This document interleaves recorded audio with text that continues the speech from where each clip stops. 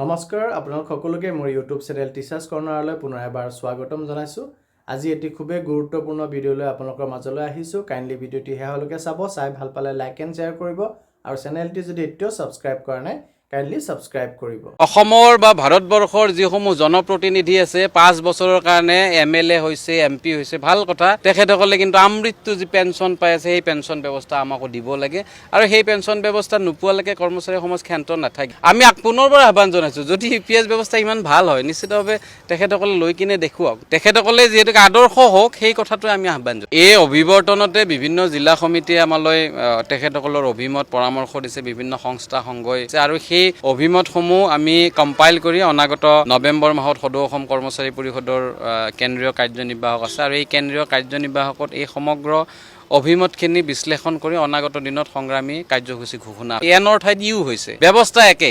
NPSৰ পিছত UPS সৃষ্টিৰ জৰিয়তে আমাৰ মাজত এটা বিভ্ৰান্তিৰ সৃষ্টি হৈছে। আমাৰ বহুত মানুহ ভাবি আছে দীঘলীয়া চাকৰি থাকিলে NPSৰ আণ্ডাৰত থাকিলে সুবিধা হ'ব, কম দৈৰ্ঘ্যৰ চাকৰি থাকিলে UPS ব্যৱস্থাৰ অধীনত সুবিধা হ'ব। এই ধৰণৰ ভ্ৰান্ত ধাৰণা বা এটা বেমেজালিৰ সৃষ্টি এটা হৈছে। গতিকে আমি এই বেমেজালিত থাকিব নিবিচাৰোঁ। এগৰাকী শিক্ষক কৰ্মচাৰীয়ে 1 লাখ টকা 80,000 টকা দৰমহা লৈছে, পেঞ্চন পাইছে 1500, 1800, 2500 বা 3000 টকা। এগৰাকী কৰ্মচাৰীয়ে 70-80 হাজাৰ টকা দৰমহা ড্ৰ কৰি আছে, কাইলৈ তেখেতে ৰিটায়াৰমেণ্টত যাব 2000 টকা পেঞ্চন পাব। কেনেকৈ সম্ভৱ? তেখেতে দৰৱ খাবলৈকে নুজুৰিব।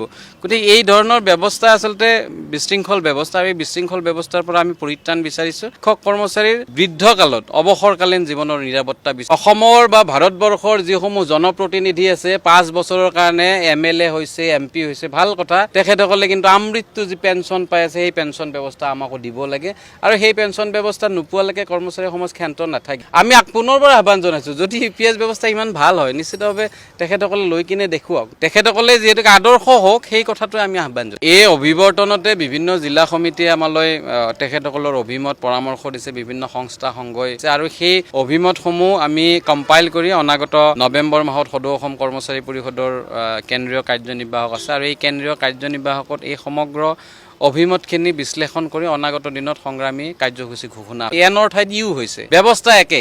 NPSৰ পিছত UPS সৃষ্টিৰ জৰিয়তে আমাৰ মাজত এটা বিভ্ৰান্তিৰ সৃষ্টি হৈছে। আমাৰ বহুত মানুহ ভাবি আছে দীঘলীয়া চাকৰি থাকিলে NPSৰ আণ্ডাৰত থাকিলে সুবিধা হ'ব, কম দৈৰ্ঘ্যৰ চাকৰি থাকিলে UPS ব্যৱস্থাৰ অধীনত সুবিধা হ'ব। এই ধৰণৰ ভ্ৰান্ত ধাৰণা বা এটা বেমেজালিৰ সৃষ্টি এটা হৈছে। গতিকে আমি এই বেমেজালিত থাকিব নিবিচাৰোঁ। এগৰাকী শিক্ষক কৰ্মচাৰীয়ে 1 লাখ টকা 80,000 টকা দৰমহা লৈছে, পেঞ্চন পাইছে 1500, 1800, 2500 বা 3000 টকা। এগৰাকী কৰ্মচাৰীয়ে 70-80 হাজাৰ টকা দৰমহা ড্ৰ কৰি আছে, কাইলৈ তেখেতে ৰিটায়াৰমেণ্টত যাব 2000 টকা পেঞ্চন পাব। কেনেকৈ সম্ভৱ? তেখেতে দৰৱ খাবলৈকে নুজুৰিব।